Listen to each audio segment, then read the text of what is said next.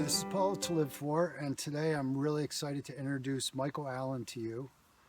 Just to explain our setting, we are sitting at the top of Hackers Hill, which is off Quaker Ridge Road in Casco, Maine, and behind us is Sebago Lake. The leaves are starting to change here towards the beginning of October. It's an absolutely beautiful setting, and I really appreciate you taking the time to meet with us here. Thank you. So I met Michael a couple weeks ago, 2-3 weeks ago at Leapin' Lizards, which is a store, a holistic healing type store in Freeport, Maine. And Michael told me his story a little bit, and it really fascinated me, and I just felt that it would be nice to have this story out there with our audience. So Michael, by trade, you're a woodworker. Yes. When did woodworking emerge in your life? Oh, really early on. When I was, I don't know, 5, 6 maybe, I started making things out of scrap wood. Anything I could come up with. Wasn't until I was probably 19, 20 that I actually started doing it. Just small stuff, little things, again, out of scrap wood. And then I was 26 when I started the job I'm at now. I've been there 10 years. You are not 36 years old. 35. Wow. Yeah. You look younger than that. Thank you. So what is the job that you're doing now? It's for a wood shop that makes bird houses, bat houses, duck, owl houses, also bird feeders and stuff. So you're doing a lot of the creating. They're all pre-designed stuff. So basically, I'm the foreman. So basically, I'm the guy who keeps everyone doing what they're supposed to be, cutting up the lengths, picking how many we're gonna have to do with stuff, making sure that the right amounts get done for orders, and keeping everything good as far as quality and consistency. So, yeah. When you were young and you're doing that tinkering with the wood as you described it, how did that feel to you? Did it bring peace to you and comfort? Oh, absolutely. I'm always happy if I'm making something, creating something. Yeah, I could never. I've had other jobs where we didn't create anything. It was boring and just mind-numbing. But having the ability to create stuff at home or as a kid, like Legos were huge because I could just make anything I wanted. It's kind of the way I grew up. It's just if I didn't have something I needed or wanted, I would try to make it. You would create it. Yeah. It's really interesting. As you know, I interviewed someone else today, and she's really got me on this creative mode because I've always encouraged people, and a lot of my interviews that I've been blessed to do, there's talk about being still, and that stillness brings balance. Stillness brings balance to your life. But what Kate and now you are hitting home to me is that when you look around all that we have, it wouldn't be there if it weren't for creation. Yes. Yeah. And creating is really what makes things happen. Yep. I find I have a very active mind, so having an outlet where I can put my mind to focus on something and create something, it actually creates that same stillness that other people are looking for by, different outlets, I guess. Right. Having one thing to focus on and make and figure out all the parts and a lot of the processes with hand tools and right down to the final sanding, and then seeing what was in your head come out into an actual finished product is really really gratifying and really creates that kind of peace, like that just sort of I did it, it's what I wanted and comes out. So you're very blessed because in your day job, your day gig, Mm-hmm. you are creating and helping other people create. So do you find that same kind of sense of peace, or because it's a job, is there stress that comes with it, or are you able to balance that effectively Yeah, there's definitely stress because I'm kind of keeping other people, going, and I have to pay attention to what my boss is saying for what we need for orders and what has to be made. But at the same point, I still I still find a lot of peace in it. Um, it's kind of like it's all practice basically, and keep doing the same thing, the same sort of work over and over again. I mean, I've been there 10 years, so obviously I must really kind of like the job if I've been there that long. So it's yeah, it's a nice environment, and I like working with wood, so it's not one of those jobs you dread going in at all. Right. Well, all right. So now what we know about Michael is that he's a woodworker, so he's got these amazing skills with his hands. But there's something that has emerged from that in addition to his day gig. And why don't you tell a little bit? Because I don't want to tell the story. It's really your story, but something else has emerged from your passion with music and your woodworking. Yeah, so music has always been a big thing. And about 3 years ago, I started listening to a lot of bluegrass and folk. And one of the instruments that popped out was the banjo. And I started getting into my head that I really wanted to learn to play the banjo. And I found that to get a banjo that was of a decent quality was kind of out of my price range. And then I stumbled across a couple of things about people making their own. And I thought, well, it's mostly wood. I already have a lot of these skills. So I did 2 months of research, just dug in and found everything I could about it, about how certain parts were made, how some people would make them, how other people would, what the dimensions had to be, everything. And gathered up some material and decided to start making my own banjo. So let me just interrupt, and Yeah. I don't mean to be rude about it, but as you started that research and as you're reading it, was that resonating inside of you? Were you getting excited and realizing, wow, this is pretty cool? Or Yeah, at first I was a little nervous because I'm like, there's always that worry, like, is this out of my skill set? And then the more I looked into it, the more I was like, yeah, I can completely do this. I already knew how to use a wood lathe to turn wood, so making the round rim wasn't a problem, and I had enough experience with hand tools and higher end finish stuff. Um, yeah, that it all started clicking, and as soon as I started getting the wood together and planning it out, yeah, I really got into it. Really started diving into it. I don't think I was halfway through before I was already planning the next one. wow. It was just like, okay, I'm at a point now where I can start thinking about this one because I know where I'm going with this, and yeah, it definitely clicked. Yeah, It clicked. yeah, So now you are making banjos, yep, and yeah, you've put yourself out there. I mean, you are, yep. I'm started putting stuff on my woodworking Facebook page, and then I have a whole Instagram page that's, or I don't know what you call that page, but Instagram account that's all just most of it is just my banjo and instrument repair stuff. right. And at the end of the interview, we'll have a link to those different social media platforms so you can get in touch with Michael. Let's go back to the music piece real Mm-hmm. quick. As a child, was that music inclination there, or did that emerge later? It was always there. I guess I didn't understand how much it meant to me. I tried a couple of instruments when I was younger. I tried playing the saxophone. That didn't really work out.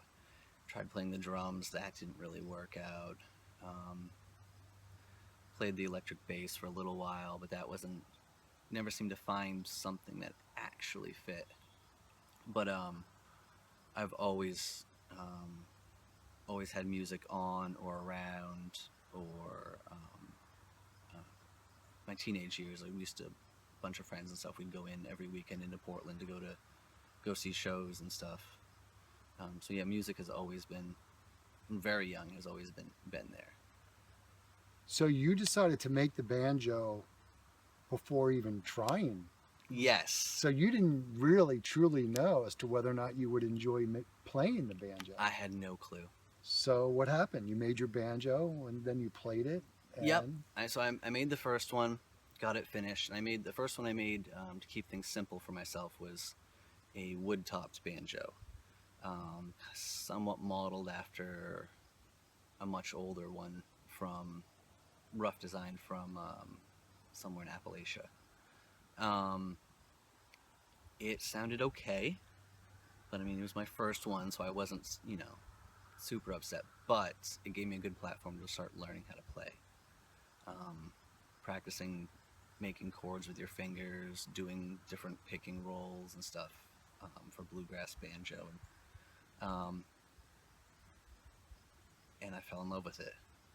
I would play a half an hour to an hour every night,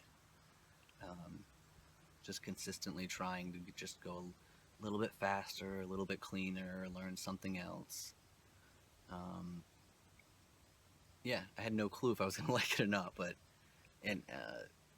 when you make an instrument and then you hear the first notes off of it,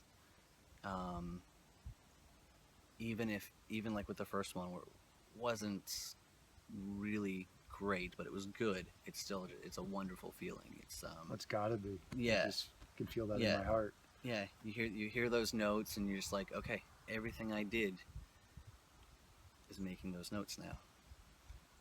They're rock on. Yeah, they're a little bit sweeter than just regular music, just right. to hear those first ones. Right. Well, you brought a couple banjos with you. I did. Yeah. And what I think we'll do is I'm going to kind of step out and use the camera to have you show us the banjos. Okay. If you're all right with that. Yep. And I know I asked you about playing, and it sounded like you. I can play something that I'm working on, something original that I've been working on. It's still kind of in the sketch format, but it's enough that I can play something. Yes. Yeah. Yeah. So would you say that your creation of the banjo, making your own banjos, and so you're self-taught? Pretty much, yeah. A bit of YouTube and a lot of reading. There's a huge amount of information out there. It's for playing styles and stuff, but a lot of it is just literally sitting there and practicing and practicing and practicing. And I've only been playing 2 years, and for a lot of banjo players, that's like nothing. Yeah. I mean, a lot of people say it takes at least 5 years before you really get really good at it. So unless you have hours and hours to practice, but.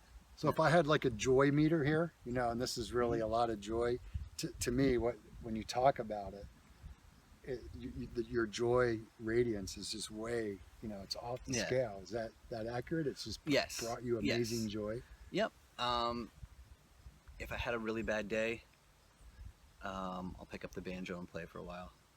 It just kind of clears everything out and mellows everything.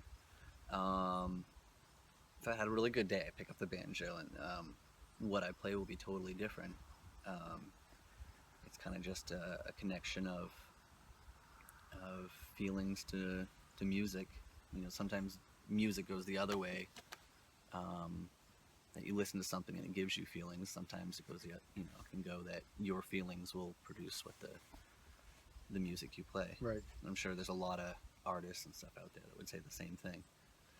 So this is exciting. So you're not only making and creating the banjo, you've learned to play it, but now you're creating your own music. Yes. Wow. That's exciting. Yeah, it is. I mean, I have to wonder out loud how many musicians, and I have 2 stepsons who create amazing music, but how many musicians make their own instruments and then turn around and write their own songs? That feels very unique. Feels very unique to me. I know there's some out there. Oh, I'm sure. I've been coming across them, especially on Instagram. Instagram seems to be a really good place to find to find people that do things kind of like I do, like Right. that. And it might be for me that I haven't met many people that make instruments, because I guess if I'm going to make a violin, I probably would want to know how to play it Yeah. to make sure I'm making, Yeah. But I think you've gone a step further, and not only do you know how to play the banjo, but now you're creating your own music. Yes, and learning how to play it definitely helps further in making them. Um, you learn things like there's playability things like how thin the neck is, how high the strings are off the frets that make it easier to play, and then there's a whole world of what woods that you use make certain tones and depth to sounds, and um, pretty much anyone who makes instruments out of wood, starts to learn these specific things about playability and the woods that create certain sounds and such. Right. Yeah. Right. Well, let's take a look at these banjos. Okay. So I'm in awe here, because I'm not sure that I'll be able to really show the beauty of this banjo with this little camera, but like, you made this. Yeah. Yep. The only parts on this thing that I did not make is the metal parts. I had to buy those because I'm not set up yet to make a lot of the metal stuff. Right. So the tension hoop, the shoes, the nuts and hooks, the tailpiece, that all had to buy, and then of course the head and stuff. And so you made the bridge. No, actually, that was one other thing I bought, because they tend to you have to have a certain weight bridge. Mm-hmm. That makes a big difference. It's absolutely beautiful.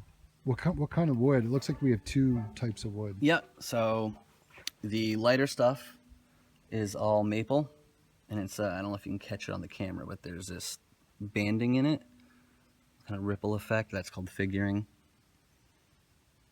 And then the darker stuff is all mahogany. So this is your first commission banjo. Yes. And in terms of making banjos, what number would it be? This is number 4. So thinking about your first banjo, that took how long to make? And I know it's different because that had a wood. That one took me about 2 months' time. This one took me about a month. Part of the delay in that was actually waiting for parts to ship, all of these metal parts. Right. So you're getting a process down. Yes. In terms of making. Yep, I'm getting a process down. I set up my lathe specifically to be able to turn the rims. Can you flip that back over? Yeah. Just being a little familiar with lathes. So you got the mahogany, right? Yep. In there. I don't get that. Okay, so these are all little segments, so that have a specific angle, and then these are new other ones, and this is actually all segments, so it's layers of segments. Okay. Like Wow. bowl turners would call it a segmented bowl. It's very, very similar. So you just make sure you overlap them for stiffness, and and you just mount it on the lathe and you turn it to rounds. All right, let's take a look at the other one. That's beautiful. Thank you. Mm-hmm. So it's got multiple woods in it. Oh, this is beautiful.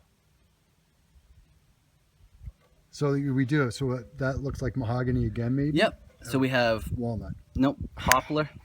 Poplar. It's actually got a little bit of stain. So Okay. poplar, mahogany, maple. That strip is walnut. So there is a little bit of walnut in there. And then this is cherry. And then we have walnut again, maple on the neck, and then mahogany, poplar, maple, 2 different colors of mahogany. So I copied the kind of the pattern here down the back of the neck. It is beautiful. Thank you. And so it's all brass hardware on it this time. So this is a little different. Just I'm not a. Yep, an armrest, so that way your arm kind of has a place to to hold on so you don't keep your arm on that, because that would get annoying after a while. This is custom. I made this in my shop. And then I had to make a special bracket as well in my shop. Thank you for showing, and it's beautiful. It Thank really you. is beautiful work. All right, so you said you'd be willing to play for us. I am. Get my stuff together here. So when I think about the love and the time and the energy that you do put into making these banjos, and knowing that you have two adorable daughters at home, Mm-hmm. and Christina, your girlfriend, they've got to be very supportive and encouraging. Yes. And Part of the reason I do it is for my daughters, so they are around music and they can see that you can make things with your hands, that you can bring the things you have in your head into creation. And my youngest, who's 5, is very much into music, loves to sing. My oldest, who is 8, is very much the artist type, very much about making things out of, sometimes it's out of the recycling bin, whatever she finds that she wants to make stuff out of. So keeping that, and keeping the idea of being able to follow something you're passionate about and keep up with it is really big. And you're being a great father and a wonderful role model. thank you. Yes, and Christina has been very supportive as well. Right. Making sure she keeps pushing me a little bit here and there, saying, hey, there's this and there's that, and go play your banjo for a little bit. And so Well, I'm looking forward to hearing you play, and please, when you go home, say thank you to your beautiful daughters and Christina for sharing your time with us and this absolutely wonderful gift. It's a great story. okay.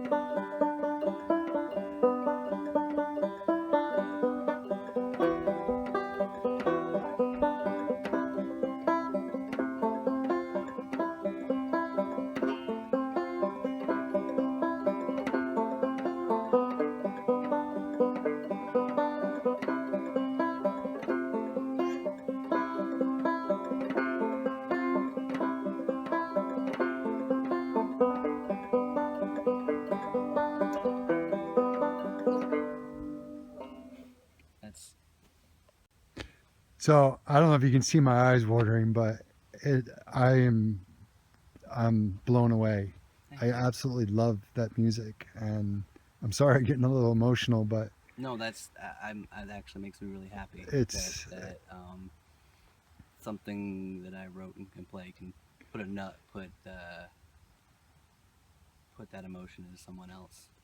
That's what I hope to do in the future. well, I could feel the emotion in your music, in your banjo, in you, your story, the setting. I mean, it's just this is a great way to cap off my quote work day. But